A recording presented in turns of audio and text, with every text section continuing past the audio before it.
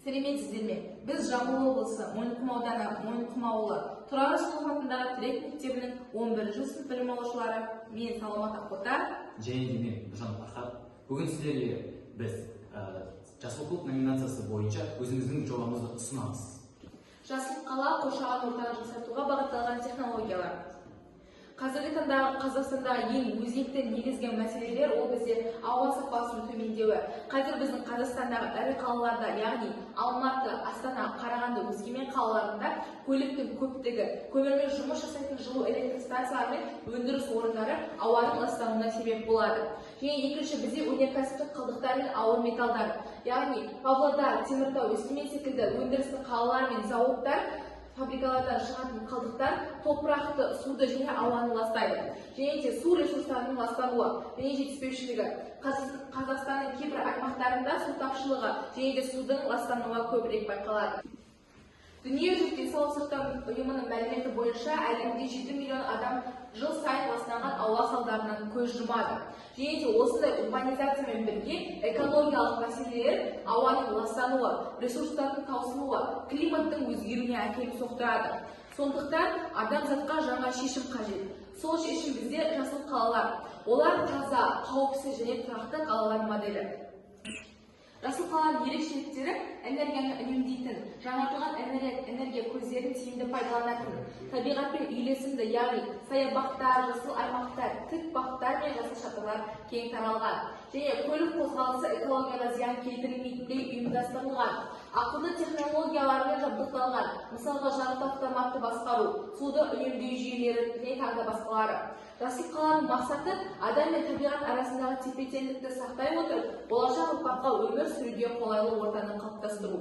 Әлемдік жасыл қалаларға бізде Сингапур, Копенгаген, яғни Дания, Ванкувер, Канада және де Алматы жатады. Жасыл қала тұжырымдамасы аясында қоршаған ортаны жақсартуға бағытталған көптеген экологиялық құрылғылар мен технологиялар қолданылуда. Олардың негізгі түрлері бізде күн панельдері, мақсаты жаңартылған күн энергиясын электр энергиясына айналдыру. Артықшылығы электр энергиясын өндіргенде зиянды қалдықтарды шығармайды. Екінші бізде ауа сапасын бақылау құрылғылары. Мақсаты қаладағы ауа сапасын нақты уақыт режимінде өлшеу. Мәліметтерді тұрғындарға мобильді қосымша арқылы береді. Үшінші бізде электромобильдер мен зарядтау бекеттері. Мақсаты көлік шығаратын көмірқышқыл газының санын азайту. Қалаларда электр көліктерге арналған арнайы тұрақтар мен қуаттау бекеттерінің саны қазіргі таңда көбеюде. Жасыл қала жобасы аясында адамдарға тиімді технологиялардың бірі ол бізде жаңбыр суын тиімді пайдалану. Яғни бұл жерде бізде жаңбырдан аққан суды біз егінге тиімді пайдалана аламыз. Яғни мына жерден бізде жаңбырдан су ағады. Аққан суымыз мына ыдыс арқылы жиналып, емкістқа жиналып, егінге қарай пайдалана аламыз. Су жіберіп егінге пайдалана аламыз. Жасыл ел жобасын Қазақстанның қалаларында жүзеге асыру үшін бізге еріктілердің көмегі қажет. Яғни болашаққа көзқарас, волонтерлік жоба және қоғамдық ұйымның іс-шаралары. Волонтерлік іс қоғамның игілігі үшін жасалатын ерікті әрі ізгі іс.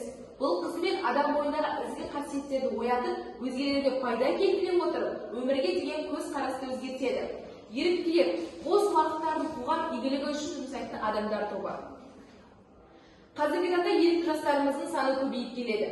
Мұндай адамдар қоғамдық аумақтарды тазалауға, туған жер бойынша экскурсия жүргізуге, халықаралық спорттық шараларға көмек қолын созуға дайын жатыр. Сонымен қатар еріктілер көбінесе мүмкіндігі шектеулі жандарға, қарттарға, қоғамдық іс-шараларға, апаттық жағдайлардың салдарын жою жұмыстарына қатысады. Волонтерлық бұл жанашырлық пен жауапкершіліктің үйлесімі. Өз еркімен қоғамға пайдасын тигізуді мақсат еткен әрбір ерікті болашақтың жарқын бейнесі. Волонтер болу өзгеге көмектесу арқылы өзіңді табу, рухани дамуға жол ашу. Сондықтан бұл қызмет тек қана көмек емес, жүректен шыққан шынайы әрекет пен өмірлік миссия. Алайда Қазақстанда бізге осы жобаны толықтай жүзеге асыру үшін бізге өзіміздің жеке бизнес компаниямыз қажет болады. Мен сіздерге осы Eco-Build Innovation компаниясын ұсынғым келіп отыр. Алайда пластиктің негізгі өнер сатыларын мен сіздерге макетте толықтай көрсеткім келеді. Ең бірінші тұрмыстық қалдықтың ішінен біз пластикті толықтай бөліп аламыз. Одан кейін оны арнайы пешке жібереміз. сол жерде біз табиғи газды қолданып пластикті толықтай балқытамыз. Балқытып алғаннан кейін бізге қажетті құрылыс материалдарына осы жерде балқытып жібереміз. Сол кезде бізде дайын құрылыс материалдары шығады.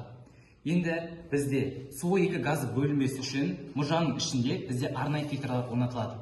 Бұл фильтрдің ішінде бізде арнайы порошок болады. Ол бізде СО2 газын толықтай ұстап алып, ауаға улы емес газдарды ғана жіберіп отырады. Ал енді бізде барлық құрылыс материалдар дайын. Ал енді біздің құрылыс материалдарымыз толықтай дайын болған кезде біз оны сатылымға жіберуіміз қажет.